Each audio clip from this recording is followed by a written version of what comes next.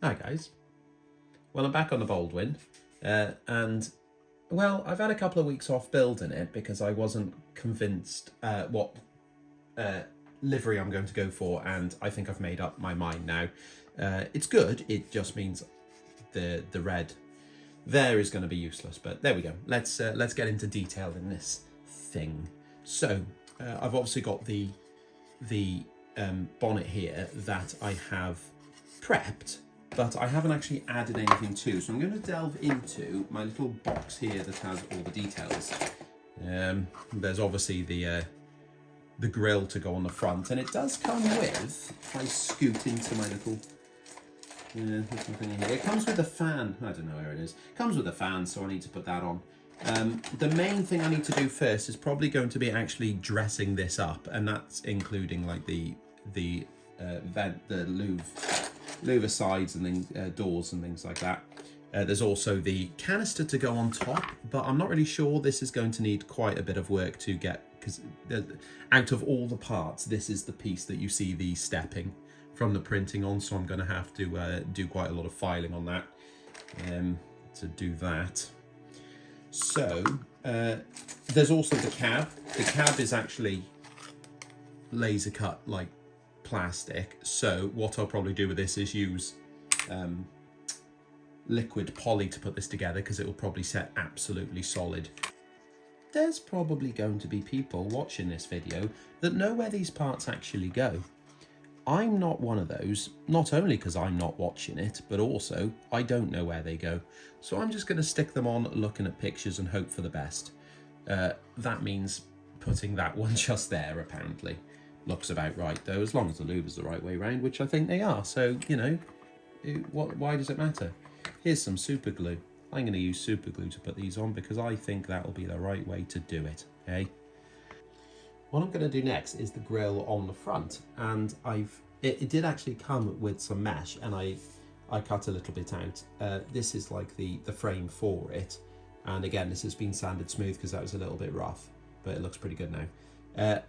It was really easy just to cut, really. I did it with just like snips and just trimming bits off until it fit, and that's actually a really tight little snug little fit there. So I'm going to add a little bit of super glue to hold it in. I don't think it needs too much, and super glue's expensive, isn't it? So, you know, there we go, something like that. You could use Rocket Blaster, and I like Rocket Blaster, but I've heard Rocket Blaster might be not very good for your health these days, so I'm leaving it there. Right, whilst that's drying, this is going to go on here, like so, and you can actually see in, and it comes with the fan. I haven't looked up where to put the fan, so I have to do that. But it'll, you know, obviously go there. It'd be really nice to make that spin, and I bet you could do that somehow. Not me, obviously. I don't have the intellect to do something like that. So for now, I'm just going to go ahead and hold this until it glues. Right, before I get into the rivets, I was going to just give the doors just a little bit of detail in the form of hinges, and they're properly basic. They're literally, well, as you can see, just a little bit of plasticard rod. Now I got to give the cab a go, and I'm going to go in with, because this is Perspex, I'm going to go in with liquid poly once again, because that makes the most sense. Now, I think it would really help if I had something to hold this steady whilst it dried, but because I don't, I'm not going to. That's all I can say, really. What can I use, actually? I know, let's use Rocket Blaster, because apparently it's not that safe to use anymore, so I've heard. So I'll use it just to hold things. In fact, if I put the side on, it will help, won't it? Yes, that's what I'll do. I'll glue the parts on, and then it will all just hold itself, and then that will be okay, won't it? Yes. And I know you're listening, or hopefully listening, but I'm also listening, which is why I'm talking to myself. There we go. That's just the side and the front. I'll probably because they should technically be holding each other square. I'll let those set, and then I'll come back in and do the other two sides then. Oh, for the rivets, I'm going to score lines very gently into the paintwork, because it shouldn't be obvious. Oh Christ, it won't be obvious, will it? Look at that. It's not going to be visible when I finish, but you can see it glistening there. That's just going to give me a guideline when I'm putting my rivets one by one on. Now, actually. Right, so the rivets come on these, they're rivet heads from Cambrian Model Rail, apparently. 1.5mm diameter rivet heads. What I've been doing is chopping them off with my knife. And then some of them you'll see have these little, you know, like flashing on it and things like that, which I'm holding them down. Yes, I am doing this one by one and just trimming the edges so they're a little bit more round. It's going to be a real long night. I've started adding all the rivets onto the cab, and I'm just going to start adding different details. Now, I've got reference photos of this engine, but it's not really based on anything in particular. So I'm going down the idea that, you know, it's sort of make do and mend type of job. So it's having things added, like I thought this would be quite nice, a little bit of like handrailing round just to soften the edges of the cab. You see I've gone all the way round. These will be, ooh, hang on, I'm just getting fiddly with this glue again. These will be adjusted later with a file around the edges to smooth them off, but it's like half round pipe, so it's quite nice and smooth. The other one here are the windows. Actually came with window frames to like give it a bit more 3D effect. And again, I'm using the liquid poly, which I think, unlike what I said before, I think it is working once it's you know, it started breaking down the plastic. It definitely doesn't work that effective with this type of plastic. The rivets, however, are like a soft plastic, and they melt really quickly. I think that's what you want. You know, you're like, it's cementing. This doesn't work like a normal glue. It works as in it melts it and cements it as it dries, because it fuses them together, which works a lot better. If these don't hold on, although no, see, I don't think they will. I think these parts will need to be super glued, which is fine. I will I'll give this a minute to dry, and if it doesn't, I'll super glue them on and we'll be okay again. Well, the main body parts are being perched in place now, just so I can finish off adding details, such as the tank. Whoop, that is going to go somewhere about there, somewhere. Yeah, somewhere there, I think. That's about central, isn't it? I think when you do this, you should measure if it's level, because I don't think I have. But there we go, looks all right. Let's just put that down to rough and ready, shall we? Yes, we shall. This is also the little step which helps your mini George if you've got one. Although I will never go onto any sort of hard-working type of site. I mean, I'm a teacher, so I would much rather just sit and drink coffee in my warm science lab than get my hands dirty. Although, that being said, my job is emotionally crippling. There we go. Right, I'm going to put that step on, so, you know, previously mentioned Mini George can get up there.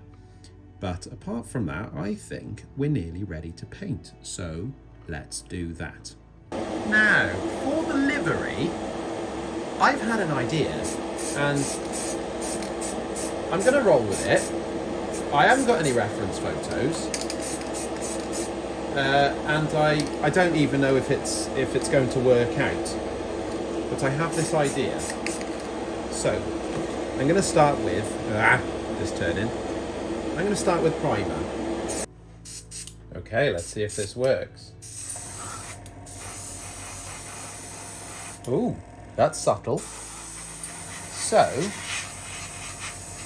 I'm assuming this isn't actually coming out very well on the camera, what I'm doing is I'm spraying the whole of the model in like a metal silver, a fresh metal. Now, I've never done this with metal, but I'm going to try and oh gosh, it looks awful. It's okay, it's okay. I'm learning whilst I do this, and people say that on my videos. Apparently it must be a little bit like watching your toddler make like a puppet crocodile for the first time, never really seeing one and making it all wrong and going, they're learning, it's okay, it's fine. I'm doing that, but I'm not a toddler. I'm a grown man. Right, at this point I'm definitely winging it. Turns out I've ran out of chipping medium, but I've read that you can use hairspray. And because I finished the scenery on Mount Gwernel, and my hair is looking absolutely on point, I'm going to use this one up. This is a real cheap one. I don't even know, is that a real make? Maybe it is. Maybe I'm insulting years of hard work of these scientist hairstyle people trying to make this stuff, but there we go. Anyway, hairspray. I'm using the hairspray as a chipper medium. That's the moral of this story.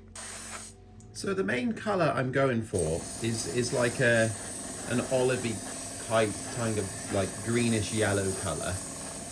I think it's called necrotic. It's called necrotic flesh because it's an army painter's colour. So they're all based around your skin, aren't they, of some sort, the colours?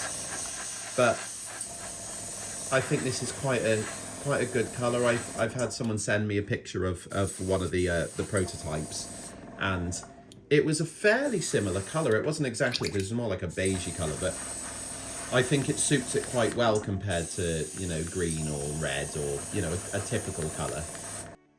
So whilst I'm looking into the effects that I want on this, you can see here that I've started scratching not only my fingers, so I've plastered myself up, but also the metalwork is starting to show through. You can see it shining there. Now, this is a method I haven't done before, which is actually just using a washing up scrubbing brush or sponge, because it's abrasive. But if you wet the brush, not a brush, a sponge, I just said that, and you brush away, scrub, oh my God, scrub away at the surface of the paint, it will eventually rip off the top and you'll be left with metal showing through. This is very similar, if you've watched my videos before, you've seen me doing it on woodwork and paint chipping. But this is quite cool because it's metal, and instead of having chips, I want scratches of paint where, you know, for example, on the side here, obviously something's caught it, and it gives it that nice look. I'm only really scratching the parts, you know, which would get caught, which are usually like corners and things like that. Yeah, that's had a bit of a bang there, look.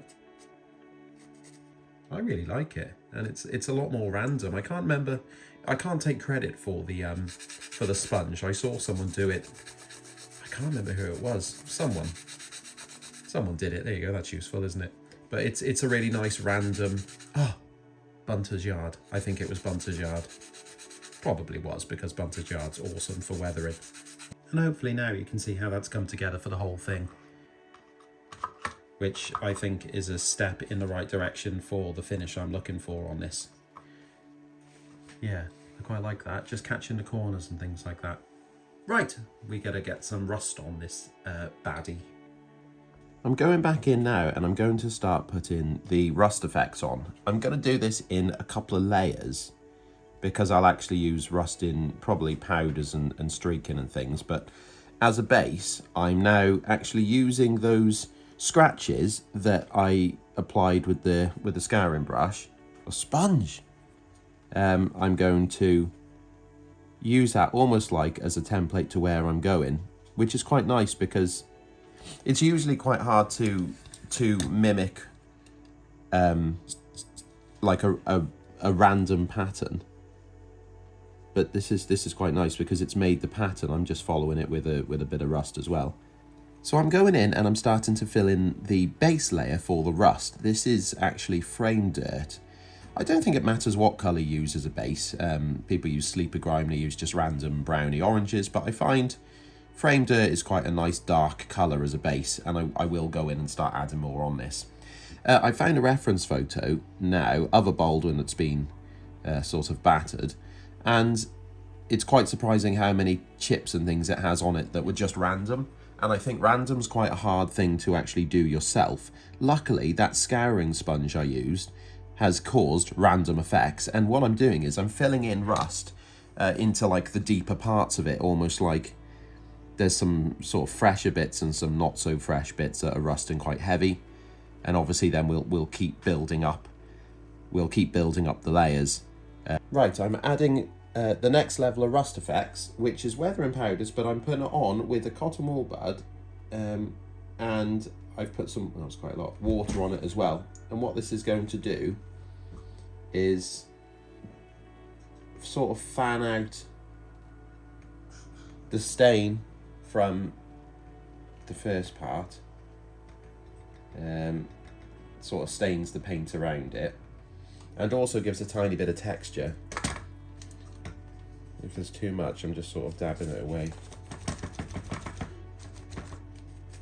After I've dabbed on the sort of the thick wet rust piles like this, the droplets, I'm using a dry cotton bud and some fresh weathering powder, and I'm just giving it some streaks as well, just by running it down the side. I have got streaking stuff actually, I should probably find that, but this works just as well. So the outside's, well, done for now before I get to the like dirtying it up, but I haven't actually done the interior. So I've masked off the exterior, and I'm giving it a coat of, was actually I think a filler primer, but I really like the colour of it for an interior. So I'm just going to go ahead and spray the interior, obviously.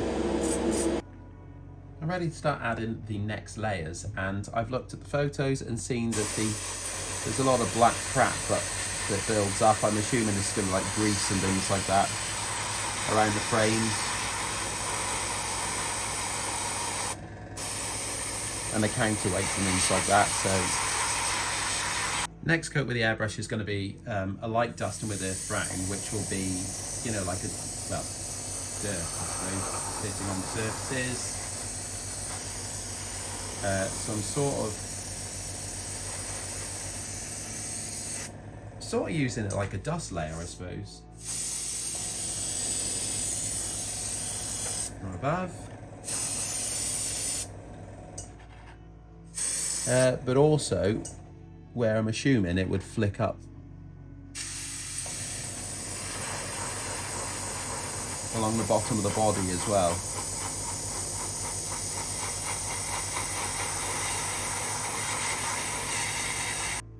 I tell you what's working well for the floor actually, just as a quick like general dirt. I didn't want it to be smooth, and I think if you do like a wash like I do on smaller models, I don't think it would come out the same on here, because you'd have like really obvious tide lines and things. So what I'm doing is I'm using fresh mud throughout the cab, and I get cotton wool bud, and I'm just like rolling it over, and I suppose this is maybe the same as if you used like a sponge and dabbed it, but what you get is like quite a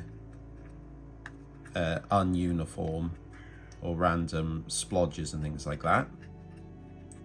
And I think that's given it quite a nice like floor vibe, because it'll dry and have all these marks on it, which will look like nobody's done much with it.